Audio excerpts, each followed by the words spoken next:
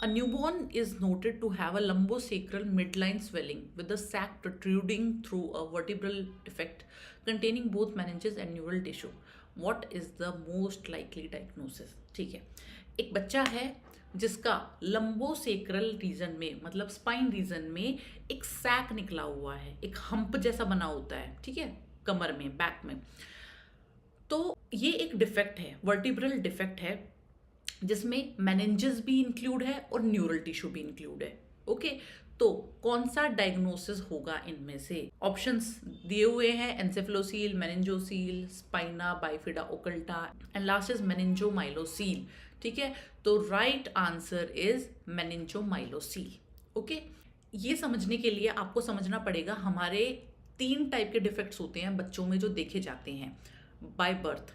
जब वो बर्थ होता है बच्चे का, उसी टाइम पे 3 तरह के डिफेक्ट्स देखने को मिल सकते हैं जो स्पाइना बाइफिडा की कैटेगरी में आते हैं। स्पाइना बाइफिडा मतलब ये बैक के डिफेक्ट्स हैं। तो इसमें पहला होता है स्पाइना बाइफिडा ओकल्टा, सेकंड होता है meningomyelocele and third is meningocele. Okay, अब समझो इसका डिफरेंस क्या है।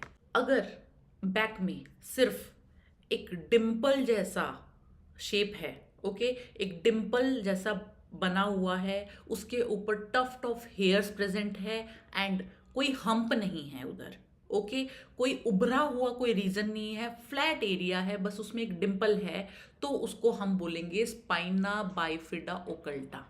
ओके, इसमें कोई मेनिंजेस बाहर नहीं है, कोई न्यूरल टिश्यू की इन्वॉल्वमेंट नहीं है, सब कुछ जो है अंदर है, और ये जो है बहुत बार नोटिस भी नहीं होता है पेशेंट्स में। ठीक है, ये भी मोस्टली क्या होता है, ये एक्सीडेंटली हम जो है डायग्नोज कर लेते हैं। बच्चा गया था, कोई दूसरा एक्सरे होना था बच्चे का, ठीक है, या एमआरआई होना था, सीटी स्कैन होना था, तब हमें पता चलेगा oh this is the patient of spina bifida occulta.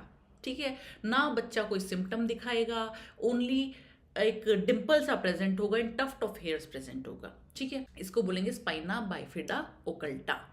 Now second is meningocele. क्या होता है, एक हम्प जैसा जो है बैक में प्रेजेंट है, मतलब एक उभरा हुआ रीजन है, उसमें मेनिंजेस इन्वॉल्व हैं, मेनिंजेस भी ऊपर उस हम्प में प्रेजेंट हैं। ओके, तो इसको हम बोलेंगे meningocele. And third is meningomyelocele. 2 terms आए हैं, मेनिंजो एंड माइलो। मेनिंजो मतलब मेनिंजेस एंड माइलो मतलब मसल्स, मतलब काइंड ऑफ टिश्यू। ठीक है, इसमें क्या होगा, मेनिंजेस के साथ में न्यूरल टिश्यू भी प्रेजेंट है उस हम्प में, ओके, जो वो उभरा हुआ पार्ट है, और इसकी वजह से बच्चे में सिम्टम आएंगे, जैसे कि पैरालिसिस हो सकता है पैरों में, या फिर क्या हो सकता है, बावल ब्लैडर का कोई कंट्रोल नहीं होगा बच्चे में। ये सब जो है मेनिंजोमाइलोसील में देखने को मिलता है। ओके, अब अगर हमारा सेकंड या थर्ड है, मेनिंजोमाइलोसील है या मेनिंजोसील है, तो इसका जो है सर्जिकल रिपेयरमेंट करवाना पड़ता है सर्जरी के through as soon as possible. Okay, but अगर स्पाइना बाइफिडा ओकल्टा है तो विदाउट सर्जरी भी काम चल जाता है, और ये सर्जरी भी बहुत रिस्क वाली है क्योंकि इस पे स्पाइनल कॉर्ड का भी इन्वॉल्वमेंट है। ओके, जो हमारी स्पाइनल कॉर्ड होती है इसका भी इन्वॉल्वमेंट होता है मेनिंजोमाइलोसील में, इसीलिए surgery is very dangerous, very risky. Okay, तो ये तो हो गया स्पाइना बाइफिडा। अब समझो पहला ऑप्शन क्या है, एनसेफेलोसील सेम चीज है बट यहाँ क्रेनियल में प्रेजेंट है, सिर के बैक में जो है, आपके बैक रीजन में जो है अगर हम्प प्रेजेंट है उसको एनसेफेलोसील बोलेंगे। ठीक है, इसमें जो है मेनिंजेस की भी इन्वॉल्वमेंट होगी एंड ब्रेन टिश्यू की भी होगी। ओके, ये हो गया एनसेफेलोसील। सेकंड इज मेनिंजोसील, जो मैंने अभी आपको बताया, मेनिंजेस का इन्वॉल्वमेंट है just, and spina bifida occulta already explained है, तो ऑप्शन इज मेनिंजोमाइलोसील, क्योंकि यहाँ पे लिखा हुआ है containing both meninges and neural tissue, इसीलिए जो है ये ऑप्शन मेनिंजोमाइलोसील है। Okay fine. Which statement accurately describe the characteristics of inactivated killed vaccine. ठीक है, किल्ड वैक्सीन की कौन सी कैरेक्टरिस्टिक्स होती हैं? सुनो, अब हमारे पास 2 तरह की वैक्सीन होती हैं, एक लाइव वैक्सीन और एक किल्ड वैक्सीन। ठीक है, लाइव वैक्सीन का मतलब है हमने बैक्टीरिया को ऐसे सॉल्यूशन में डाला है कि जिससे अब जो है वो बीमारी नहीं फैला सकता है, बट वो जिंदा है। ओके, लिविंग है बैक्टीरिया, अभी मरा नहीं है, बट बीमारी नहीं फैला सकता है। ओके, एंड किल्ड वैक्सीन में क्या होता है, हमने बैक्टीरिया को उसका जो है हमने बैक्टीरिया को मार दिया है, या फिर उसका कोई पार्ट जो है थोड़ा सा लेके हम ह्यूमन बॉडी में इंजेक्ट कर रहे हैं, दैट इज किल्ड वैक्सीन। ठीक है, अब लाइव वैक्सीन क्या होती है, लाइफ में एक बार देने की जरूरत पड़ेगी, क्योंकि हम लिविंग बैक्टीरिया को बॉडी में इंट्रोड्यूस कर रहे हैं, तो ये लंबी इम्यूनिटी प्रोवाइड करेगा। बट किल्ड वैक्सीन क्या होती हैं, दोबारा बूस्टर डोज इसमें देनी पड़ती है, क्योंकि ये किल्ड बैक्टीरिया था। ओके, एंड लाइव वैक्सीन जो है हम प्रेग्नेंट विमेन में नहीं देंगे, या जो बहुत इम्यूनो कॉम्प्रोमाइज्ड बंदे हैं, जैसे कि किसी को हेपेटाइटिस बी का इन्फेक्शन है या HIV का इन्फेक्शन है, जिनकी ऑलरेडी इम्यूनिटी बहुत लो है, उनको हम लाइव वैक्सीन्स नहीं देते हैं।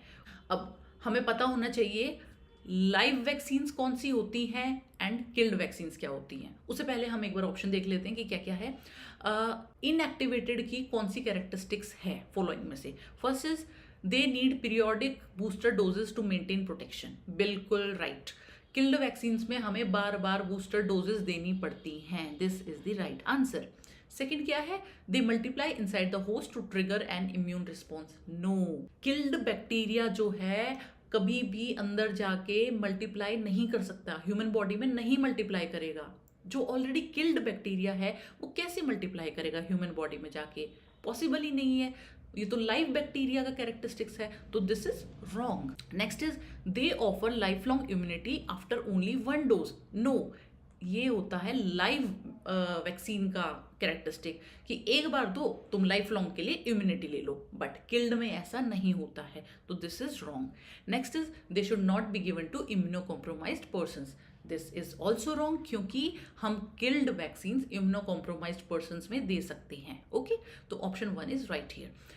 यहाँ पे देखो, जब तुम कोई भी क्वेश्चन करो, 2 तरीके होते हैं। एक तो जो राइट आंसर है वो तुमने पढ़ा, बाकी के तीनों ऑप्शन तुम्हें पता होने चाहिए कि क्यों नहीं है आंसर। ओके, उसके बाद में जो भी क्वेश्चन हो थोड़ा सा उसके बारे में भी पढ़ लिया करो। जैसे वैक्सीन्स की बात चल ही गई है तो तुम्हें पता होना चाहिए लाइव वैक्सीन्स कौन सी होती है एंड किल्ड वैक्सीन्स कौन सी होती हैं। लाइव वैक्सीन्स का निमोनिक है एक बॉय लव द क्राइम, ये है निमोनिक। ठीक है, बी से अपना BCG है, ओ से अपना ओरल पोलियो है। ओरल पोलियो को सेबिन भी बोलते हैं, याद रखना, ये पूछ लेते हैं। ठीक है, यहाँ से अगर ओरल पोलियो है तो सेबिन है। ठीक है, हमेशा याद रखना, अगर कोई वैक्सीन ओरली दी जा रही है तो वो लाइव होगी, किल्ड नहीं होगी। ठीक है, तो ओरल पोलियो आ गया, और वाई से येलो फीवर आ गया। T फॉर टाइफॉइड, ये भी ओरल है। C for chicken pox, R से rubella rotavirus, I for influenza, M for measles and mumps, and E for epidemic typhus. Okay, ये हो गया अपना लाइव का, लाइव वैक्सीन के एग्जांपल्स। क्या है इसका mnemonic, boy love the crime. Okay, अब हम देखेंगे किल्ड वैक्सीन के एग्जांपल। किल्ड वैक्सीन का निमोनिक है जापान की थी, खीर जो है जापान की थी। ठीक है, इसका निमोनिक है जापान की थी खीर।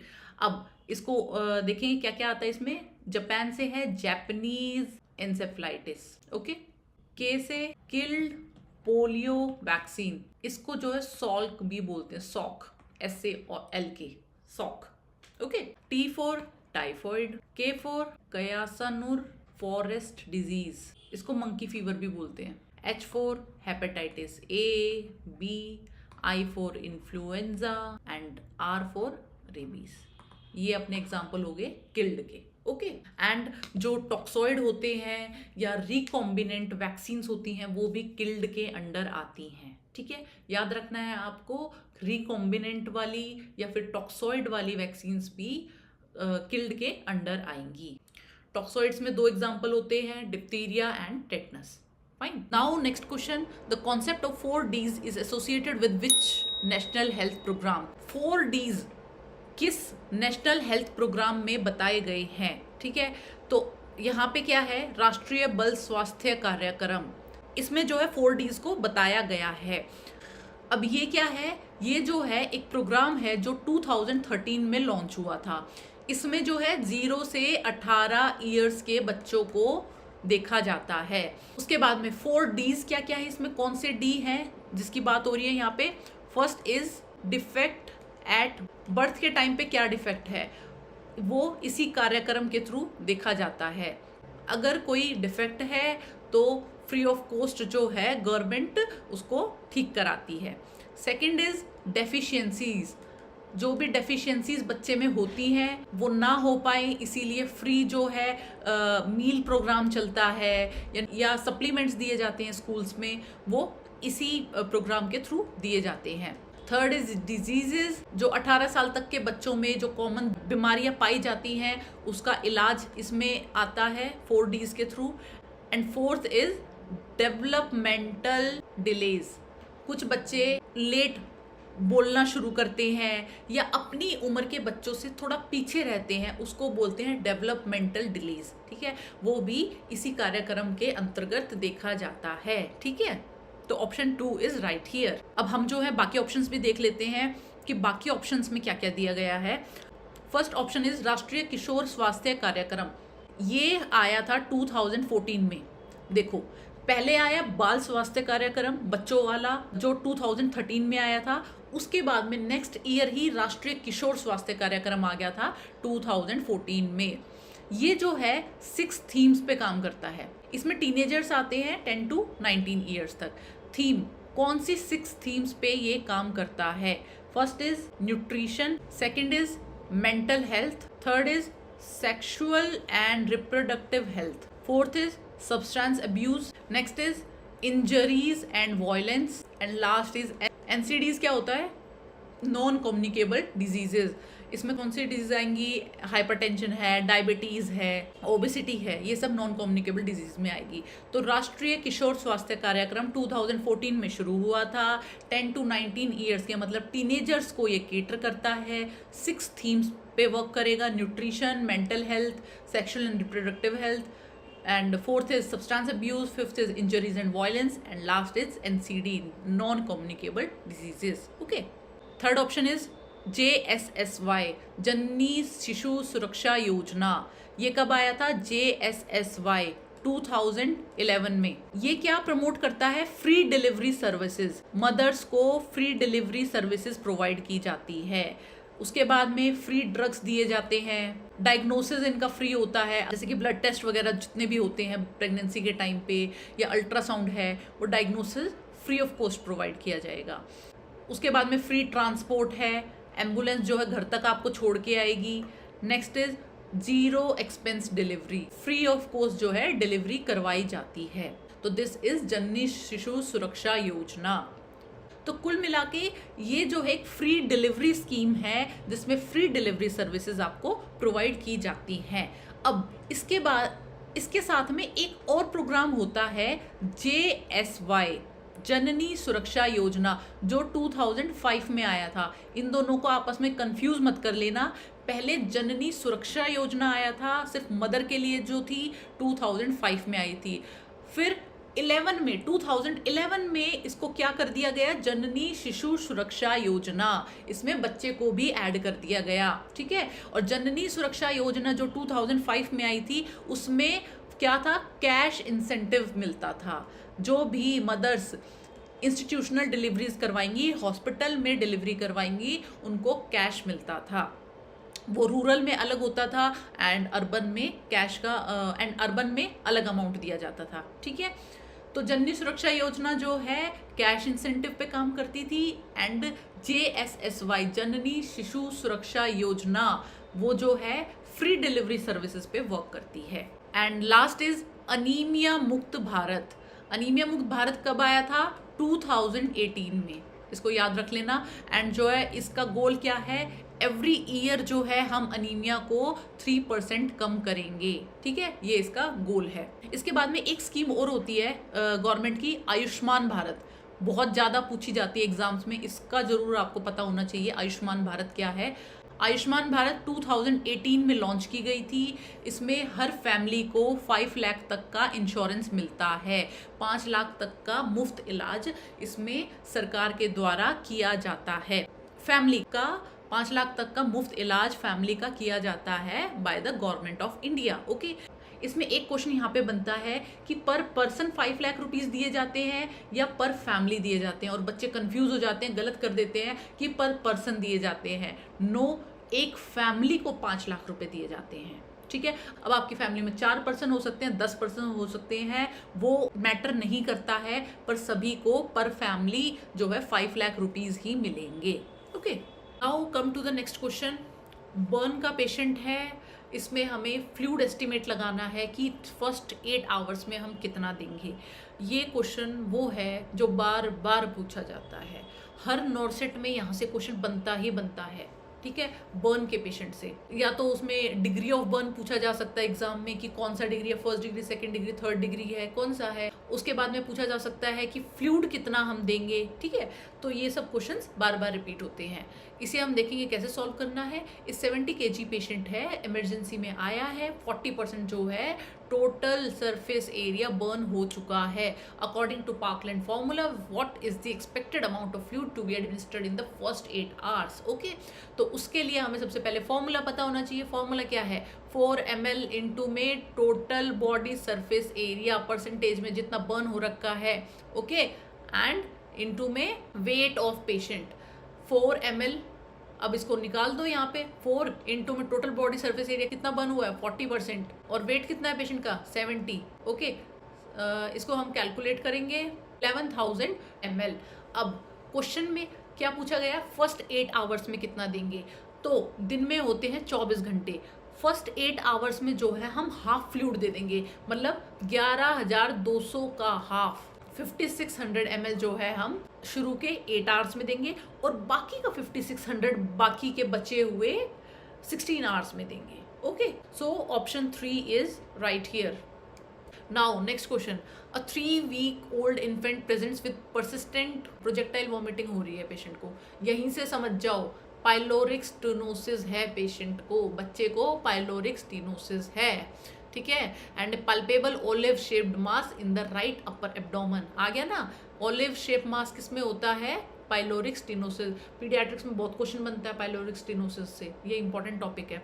विच of the following electrolyte imbalances would be expected in order to. ठीक है, कौन सा हमें फॉलोइंग में से देखने को मिलेगा। ओके, इतना आसान क्वेश्चन है ये, ऐसे देखते ही हो जाएगा। कैसे होगा, पेशेंट आया है प्रोजेक्टाइल वॉमिटिंग के साथ में, कॉन्टिन्यूसली वॉमिट किए जा रहा है। जब हम वॉमिट करते हैं तो एसिड जो है बाहर निकलता है, हमारे स्टमक से एसिड बाहर निकल रहा है। एसिड बाहर निकला तो हमारे अंदर एल्कोलोसिस हो गया है। तो जिस भी ऑप्शन में एल्कोलोसिस हो रहा है आप चूज कर लो, बट उसके लिए हमें पता होना चाहिए पीएच नॉर्मल कितनी होती है ब्लड की, 7.35 से 7.45। ये तो है नॉर्मल पीएच। अगर 7.35 से नीचे गया तो हम एसिडोसिस बोल देंगे, 7.45 से ऊपर गया तो हम एल्कोलोसिस बोल देंगे। अब देख लो 7.45 से ऊपर है सेकंड ऑप्शन, तो ये राइट ऑप्शन है, ये एल्कोलोसिस शो हो रहा है। ठीक है, बाकियों में एसिडोसिस है। चाइल्ड का वेट है 12 kg, उसके बाद में पैरासीटामोल हमें देना है 15 mg पर kg पर डोज। अवेलेबल है 120 mg पर 5 ml, एवरी 5 ml में 120 mg अवेलेबल है।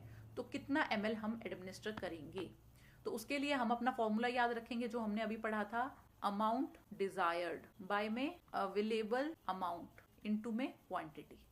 इस फॉर्मूले से आपका ये क्वेश्चन सॉल्व हो जाएगा। कैसे, अमाउंट डिजायर्ड, कितना अमाउंट हमें देना है। ठीक है, तो हमें देना है 15 mg पर kg, क्या मतलब 15 mg इंटू में 12 kg, क्योंकि हमारा बच्चा तो 12 kg का है। तो बस अब ये सारा जो है हम अपने फॉर्मूला में लिख देंगे। अमाउंट डिजायर्ड कितना है 15 इंटू में 12, अवेलेबल अमाउंट कितना है 120, क्वांटिटी कितनी है 5 ml, 15/2 7.5 ml, ये हमारा आंसर हो गया। Okay, so next question is heparin infusion ordered किया है 1200 units per hour. Available solution क्या है 24,000 यूनिट्स इन 500 ml NS। तो हम इन्फ्यूजन रेट क्या रखेंगे, कितना ml पर आवर जो है हिपेरिन इन्फ्यूजन चलाएंगे। तो हमेशा जो है कभी भी इन्फ्यूजन का क्वेश्चन हो, जैसे कि हिपेरिन हुआ या फिर इंसुलिन हुआ, तो इसमें आप पहले ये निकाल लेंगे कि 1 ml में कितना यूनिट है। ओके, फिर हम फॉर्मूला अप्लाई करेंगे। इसमें बताया गया हमें 500 ml में 24 यूनिट्स हैं। ओके, तो 1 ml में कितनी यूनिट होंगी? ओके, 1 ml में 48 यूनिट्स हैं। अब हम लगाएंगे अपना फॉर्मूला, क्या था? Amount desired, amount in hand into में क्वांटिटी। लगाओ फॉर्मूला। अमाउंट डिजायर्ड कितना है? हमें देना है 12 यूनिट। ओके, और अमाउंट अवेलेबल क्या है? ये है 48 यूनिट्स इन 1 ml। इसको इससे डिवाइड कर देंगे, 25 ml पर आवर। ये हमारा आंसर हो जाएगा। ओके, तो हमेशा याद रखना है, जो भी इन्फ्यूजन वाले क्वेश्चन है, या हिम्पेरिन इन्फ्यूजन चल रहा है या इंसुलिन इन्फ्यूजन चल रहा है, सबसे पहले हम जो है पर ml के हिसाब से यूनिट्स निकाल लेंगे, तब क्वेश्चन जो है करना है। इसमें कभी भी डायरेक्ट यूनिट्स मत डाल देना। बहुत बच्चे क्या गलती करते हैं कि इसमें डालेंगे 24,000 अवेलेबल में एंड 500 ml इधर डाल देंगे। ये डायरेक्ट यूनिट्स आपको नहीं डालनी है इसमें। ओके।